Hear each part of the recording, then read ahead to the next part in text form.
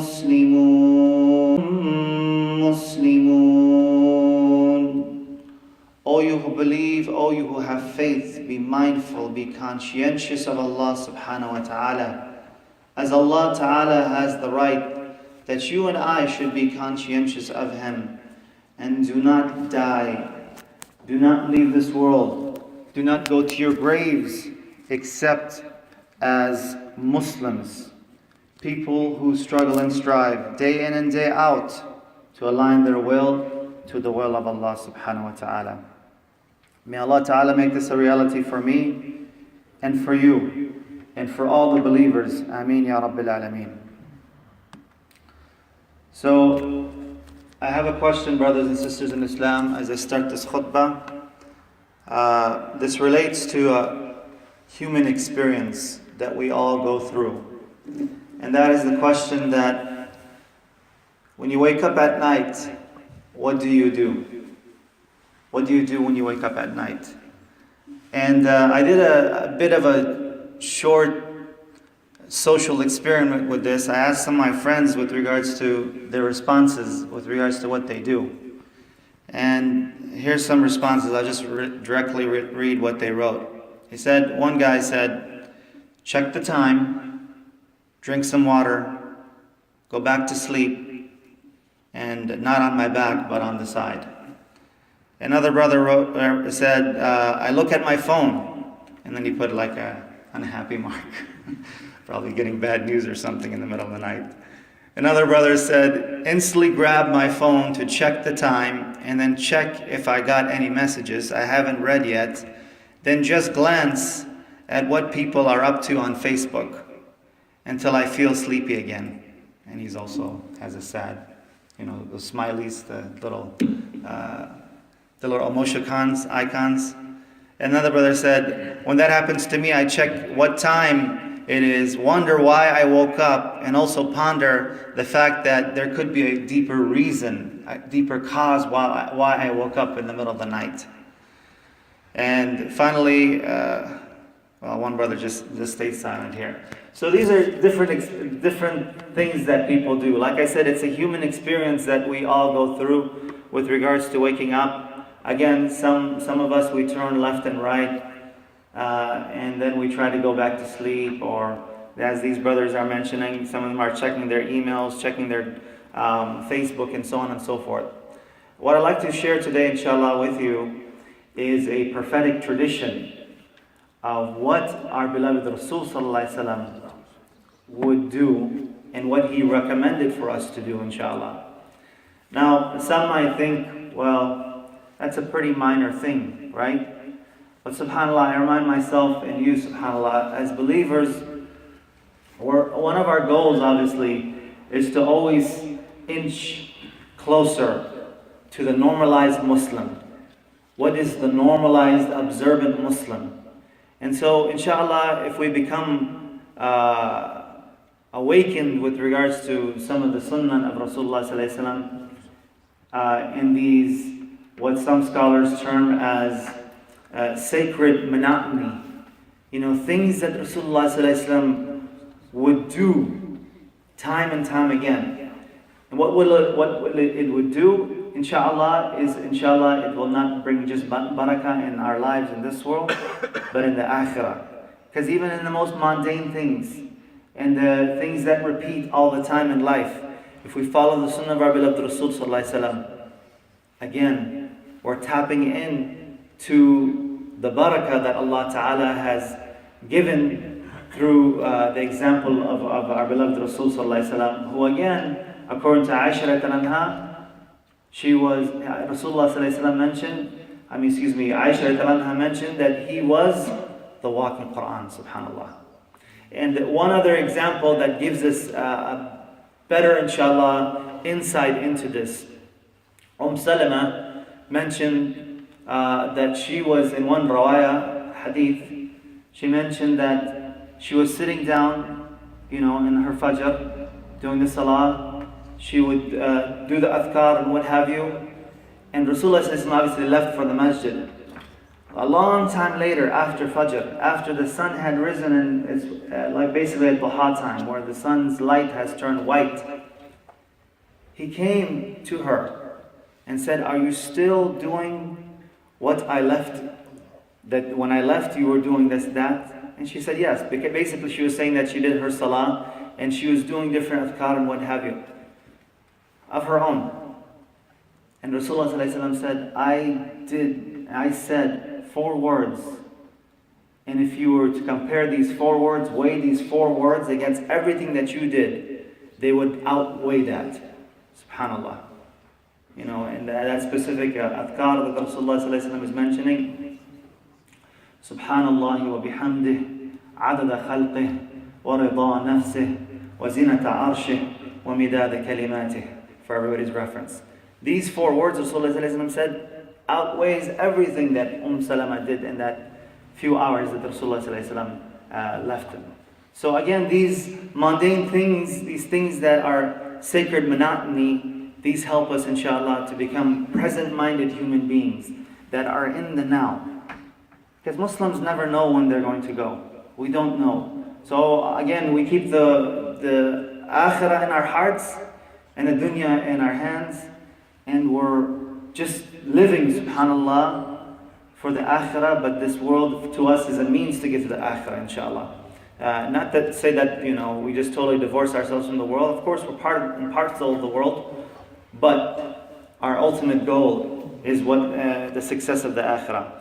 So in this dua, Rasulullah SAW, and this is in Tirmidhi, and the scholars, they mention that this specific rawayah is graded, the isnad is graded, the chain of narration is graded as sahih, as authentic. So Rasulullah ﷺ mentioned that whoever gets up, whoever awakens, whoever arouses from their sleep, and he specifically said layl, at night. He said that, and then they say the following adhkar, they say this following adhkar, they say, La ilaha illallah, wahdahu la sharika lah, lahul mulk, wa lahul hamd, wa huwa ala kulli shayin qadir, subhanallah, walhamdulillah, wa la ilaha illallah, wallahu akbar, wallah hawla wa la quwwata illa billah. So if you look at this phrase, this statement of Rasulullah ﷺ, basically there's 10 parts to it. Rasulullah ﷺ is saying that when you wake up and you say this, so the first thing that should come to our mind is to memorize this, and this is what we should inshallah say in order to follow the Sunnah of Rasulullah ﷺ. ثُمَّ قَالَ, then they say, رَبِّ اغْفِرْ لِي, my Master, my Lord, I ask you to forgive me. SubhanAllah. So we're glorifying Allah subhanahu wa ta'ala, then we're saying according to the Rasulullah ﷺ statement here, my Lord, my Master, forgive me. Or Rasulullah ﷺ said, after that, they supplicate more, they make more dua. Then Rasulullah ﷺ said, astajibu lah, that Allah ta'ala accepts that. So we're asking Allah ta'ala for forgiveness, and whatever dua after that, Rasulullah ﷺ is saying that that is accepted. So there's basically 3 levels being described here. The first level, if we wake up and we say this glorification of Allah subhanahu wa ta'ala, and then we ask Allah ta'ala for forgiveness. This is level 1, according to what the scholars mentioned here, to ask Allah for forgiveness. The second level would be to continue and keep adding our dua to our dua. And Rasulullah ﷺ is mentioning here that Allah Ta'ala will respond, will accept their dua. And then the third level, Rasulullah ﷺ said, if he makes the determination and he performs the wudu and he performs the salah, قُبِلَتْ صَلَاتُهُ, then Allah Ta'ala accepts his salah.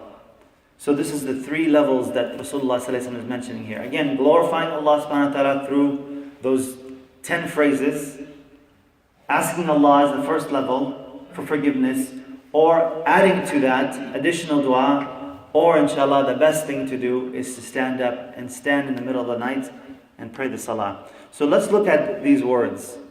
What some reflection upon these words, inshallah, these 10 phrases. the first thing Rasulullah SAW is mentioning, La ilaha illallah.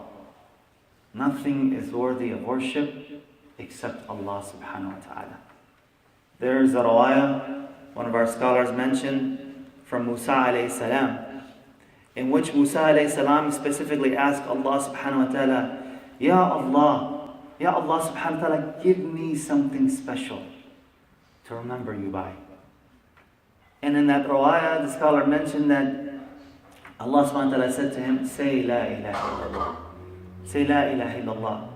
And Musa alayhi salam responded back, again, he's the one who talked to Allah subhanahu wa ta'ala. He said, Ya Allah, but everyone says that. Give something special, just to Musa. Something special for me. And look at the amazing response in this rawaya, where Allah ta'ala mentions, if you take the heavens and the earth, O Musa, if you take the heavens and the earth, everything in the heavens and the earth, and you put it on the mizan, on the scale, on one side, and you just put this statement of La ilaha illallah, nothing is worthy of worship except Allah subhanahu wa ta'ala, then this statement would outweigh whatever is in the heavens and the earth. The heavens and the earth and whatever is in it would outweigh that, subhanAllah. So this is an amazing thing, the statement that Rasulullah SAW is telling us here. Another impact and internalization, inshallah, for me and for you, is that this word ilah, sometimes it's translated as God, G-O-D. Sometimes it's translated as deity. And another translation the scholars mention is that which you call upon for what you want and what you need.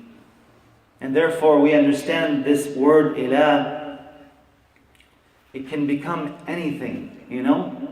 Whatever people call upon for what they want and what they need, it could become a false deity. Something that they're basically putting their trust, their tawakkul upon. You know, and we say, La ilaha illallah. There's nothing worthy of worship. There's no deity worthy of worship except Allah subhanahu wa ta'ala. So it could be anything. It could be money. It could be power. It could be, subhanallah, whatever that the person is putting their tawakkul on getting what they want and what they need. One of our scholars, may Allah ta'ala preserve him, I remember he said, in Britain, you know, he gave the example just for us to, inshallah, understand this a little more. He said there's obviously these different classes. And you have that here too with regards to dress code. And he said they're very particular about these different classes, about, you know, if you're in the middle, high class, he said that's where I came from. He's a revert to Islam. Sheikh Abdul Rahim Green, may Allah ta'ala preserve him, inshallah. He was mentioning he came from the quote-unquote, middle high class. And just for us to, inshallah, understand this a little better, he gave the example and mentioned that in that particular class, you eat a certain way and you dress a certain way, and this is how people recognize you, that you are from that quote-unquote class. You know? So for example, he said you would never wear black shoes with brown pants. This is just, you don't do that. And then and when they eat, they have like 5 different forks and I don't know how many different spoons, and each fork and spoon is laid out in a certain way, and you eat in a certain way, and so on and so forth. So this tells people that you are from that class.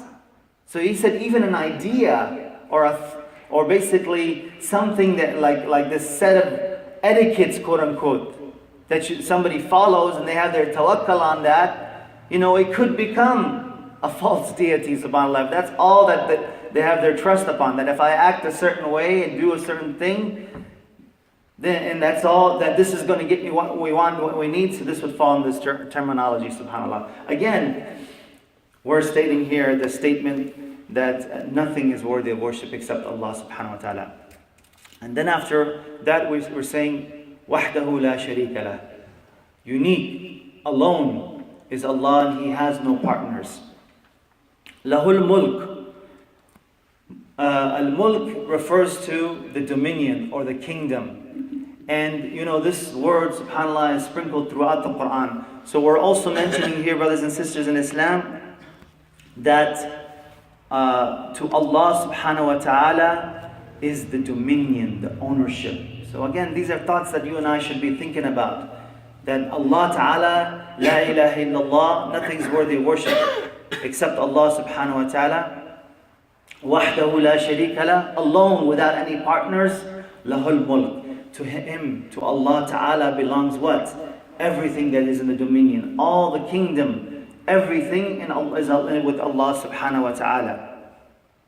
And then in this specific dua we're saying, Lahul mulk wa lahul hamd. To Allah ta'ala belongs all praise and all thanks. And this is an amazing statement because the scholars mention that we are the ummah of hamd. We are the ummah that praises and thanks Allah subhanahu wa ta'ala. In fact, there's a rawayah. This is one of the things, inshallah, you and I can think about when we're reciting this, and whenever we're stating this amazing statement of Alhamdulillah. There's a rawayah that on the day of judgment, one of the means and method that people will recognize Rasulullah SAW is he will have a flag. He will have a flag, and this flag will be the flag of hamd, the flag of praising and thanking Allah subhanahu wa ta'ala. So we are the ummah, we're the nation that praises and thanks Allah. And the impact of this is so great that for the believer, it actually changes the whole outlook with regards to life. The believer is always in the position of what? Praising and thanking Allah subhanahu wa ta'ala. And Al-Fatiha, after we say Bismillahir Rahmanir Rahim, we're starting. Allah ta'ala introduces to Himself by saying all the praise and all the thanks belongs to Allah subhanahu wa ta'ala. So no matter what comes upon in the life, whether it is with regards to the goodness, the ease, and so on and so forth, we're praising Allah. And with regards to the hardships of life, the test of life, we're also in the position of praise. Because the believer, subhanAllah, is saying that, Ya Allah, I don't know. I'm stuck. In one realm, you know all the realms. So if something comes at me, I'm putting my tawakkul upon you. Still saying, all praise and thanks belongs to you. Another point, inshallah, and also to internalize about this phrase of Alhamdulillah, is that there's a separation between praise and thanking. You know, scholars mention that this Alhamdulillah has the element of praising and thanking. And the two are mutually exclusive. You know, if I said about this laptop, describing its qualities, its light, its turns on fast, so on and so forth, what am I doing? I'm praising its qualities. But you wouldn't necessarily thank the laptop, right? And vice versa, if you're thanking someone, you're not necessarily also praising them. But when it comes to Allah subhanahu wa ta'ala, we do both. And the two are mutually exclusive. We praise and we thank Allah subhanahu wa ta'ala at the same time, subhanallah. Inshallah, we'll reflect on the other points of this amazing adhkar of Rasulullah SAW that he recommended for us to state when we wake up in the middle of the night. May Allah ta'ala give me tawfiq and you tawfiq, inshallah, to get closer every day to the ideal of being the normalized Muslim, the Muslim that follows the Sunnah of Rasulullah SAW. بارك الله لنا ولكم في القرآن العظيم ونفعنا وإياكم بالآيات والذكر الحكيم إنه تعالى جواد كريم ملك بر رؤوف رحيم. Let's ask Allah Ta'ala for forgiveness. Astaghfirullah.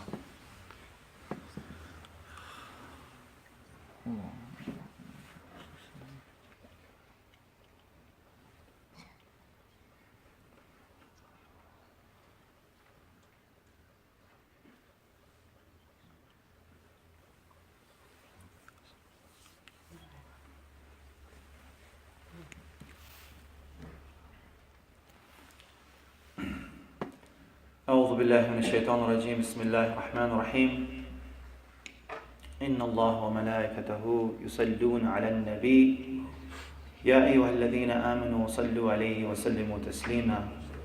Verily Allah subhanahu wa ta'ala and His angels send salutations upon Rasulullah sallallahu alayhi wa sallam.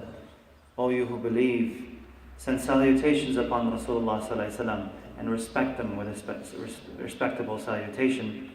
اللهم صل على محمد في الأولين اللهم صل على محمد في الآخرين اللهم بارك على محمد في الأولين اللهم بارك على محمد في الآخرين وأشهد أن لا إله إلا الله وأشهد أن محمدا عبده ورسوله عما بعد to proceed.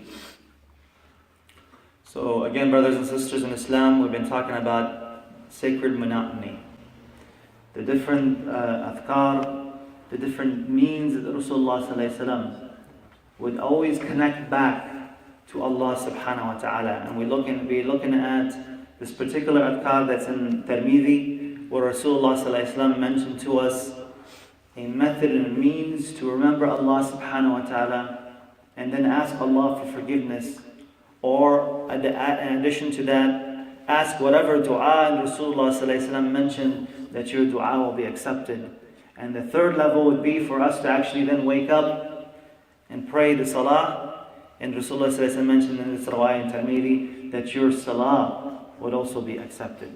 So again, may Allah Ta'ala give me tawfiq and you tawfiq, inshallah, to follow this, inshallah. So we've been looking at the phrases. Again, I mentioned that there's 10 parts. The next part of it, or the fifth part, is where we say, وَهُوَ عَلَى كُلِّ شَيْءٍ قَدِيرٍ. And to Allah subhanahu wa ta'ala, He has over everything, He has power. He's the all-powerful. Allah subhanahu wa ta'ala, one of the internalizations of this for me and for you, inshallah, that the scholars mentioned here is that this means absolute power. People think of power in different ways. You might think of President Obama. He has power, right? He's the President of the United States. But he's what? He's part of a certain branch of government. They call it the executive branch. So you can't do legislative things, because that's the role of Congress. And he can't be a judge either, because that's the role of the Supreme Court. But to Allah subhanahu wa ta'ala, when we look at this statement, وَهُوَ عَلَى كُلِّ شَيْءٍ قَدِيرٍ, one of the impact and internalization for me and you is that Allah Ta'ala has absolute power, executive, legislative, judicial, and whatever befits Allah Ta'ala's power, Allah Ta'ala has that. So He has absolute qudra and power over everything. And this is one of the things that inshallah we can always think upon, especially in times when we're feeling weak. When we're saying, yeah, Allah, I'm nothing. Well, we're relying upon, subhanAllah, the one who's al-Qadir. Then we're saying, subhanAllah. Subhanallah, the gist of it, inshallah, is that Allah Ta'ala is far above, floating highly up above any deficiencies, any shortcomings. And then again we're saying, walhamdulillah.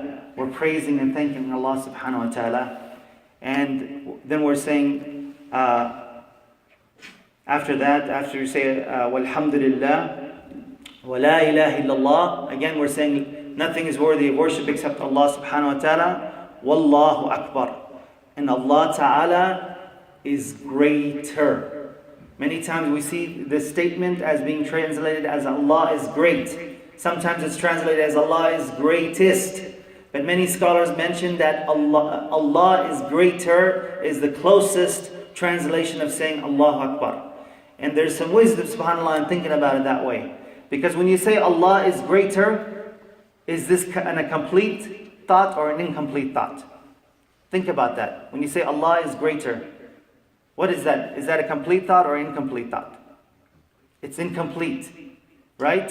So the scholars, they mention one of the wisdoms behind thinking of it this way is that then you fill and I fill in the rest. You and I fill in the rest, especially when it comes to the salah. We're repeating this Allahu Akbar, this phrase throughout the salah. So when we think of the meaning and we think of it as Allah is greater, Allah is greater than what? Whatever is in our mind at that time. Because this is one of the things that we have as a problem in salah, right? We're thinking about our school, we're thinking about our work, we're thinking about our wife, we're thinking about for the sisters, their husbands, so on and so forth. Everything comes in our mind. And so one of the things that I say to myself first and foremost, then to you, brothers and sisters in Islam, and inshallah we'll end with this, is why are we lying to ourselves? Why are we lying to ourselves? I'm saying this to myself first and foremost. Why am I lying to myself? When we say throughout the salah, Allahu Akbar, oh Allah, from my tongue I'm saying Allahu Akbar, oh Allah, you are greater. But everything else is coming to my mind. Everything else is coming to our minds at that time, subhanAllah. So this is something, inshallah, to remember, for us to be honest about to ourselves, especially when it comes to the salah, that we're stating this statement, we're saying it throughout the salah, that Allah is greater. So may Allah Ta'ala help us, inshallah, to take whatever is on our mind and to always remember that Allah is greater than that. And in the end, the last thing that Rasulullah SAW mentioned is that Allah Ta'ala, وَاللَّا حَوْلَ وَلَا قُوَّةَ إِلَّا بِاللَّهِ, that there is no might, there is no ability except what is with Allah Subhanahu wa Ta'ala. So again, this dua is in Tirmidhi. I encourage you, inshallah, I encourage myself, inshallah, to learn it. If you go to YouTube and you type in the daily reminder, there's a brother that did an adhkar, a 5-minute short summary with regards to this adhkar, with regards to when we wake up in the middle of the night, we say this glorification, glorifying Allah Subhanahu wa Ta'ala, then saying the dua, or better yet, to stand up and to make the salah. And Rasulullah SAW again mentioned that Allah Ta'ala will respond to your dua. Allah Subhanahu wa Ta'ala will respond to our salah. So which one of us does not need that? We all need this, inshallah. And this is again a human thing that happens to us all the time, especially when it comes later in our lives, right? Many people they mention, and one of our scholars mentioned this, they have a term called insomnia. You know, so as you get older, they mention people get insomnia. They wake up in the middle of the night. They get up 4 o'clock, 5 o'clock, 3 o'clock, 2 o'clock in the morning. Well, subhanAllah, the scholar was mentioning that this is not some kind of disease, subhanAllah, by and large. This is a blessing from Allah subhanahu wa ta'ala, especially as we get older, that this is an opportunity for us to get up and glorify Allah, to make dua to Allah in that morning time, in that early before dawn time, and get closer to our Creator and Maker. And remind ourselves that, subhanAllah, the end of life could come at any time, especially when we're coming closer to our end. So again, brothers and sisters in Islam, to conclude, we have this sacred monotony, we have this sacred adhkar, we have these sacred dua that we do all the time, subhanAllah. And these things help us, subhanAllah, to become present-minded human beings, to be in the now. Because many times as human beings, we're always in the past. We're thinking about, oh, I wish I had done that, or I did this or that, or I could have done this. We're always thinking about the past, or we're thinking about the future. Oh, tomorrow this is going to happen, or that's going to happen. My life's going to be great. I'm going to go to college, or I'm going to have children, blah, blah, blah.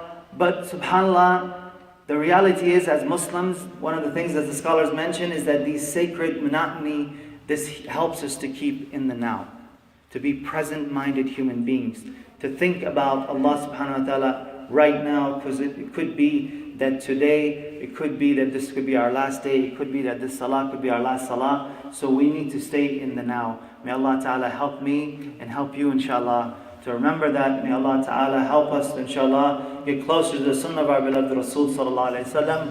Every day of our lives, get closer and closer to Rasulullah SAW and get to the normalized, inshallah, observant, practicing Muslim state, inshallah. Let's make dua to Allah. رَبَّنَا آتِنَا فِي الدُّنْيَا حَسَنَةً وَفِي الْآخِرَةِ حَسَنَةً وَقِنَا عَذَابَ النَّارِ رَبَّنَا لَا تُؤَاخِذْنَا إِن نَّسِينَا أَوْ أَخْطَأْنَا رَبَّنَا وَلَا تَحْمِلْ عَلَيْنَا إِصْرًا كَمَا حَمَلْتَهُ عَلَى الَّذِينَ مِنْ قَبْلِنَا رَبَّنَا وَلَا تُحَمِّلْنَا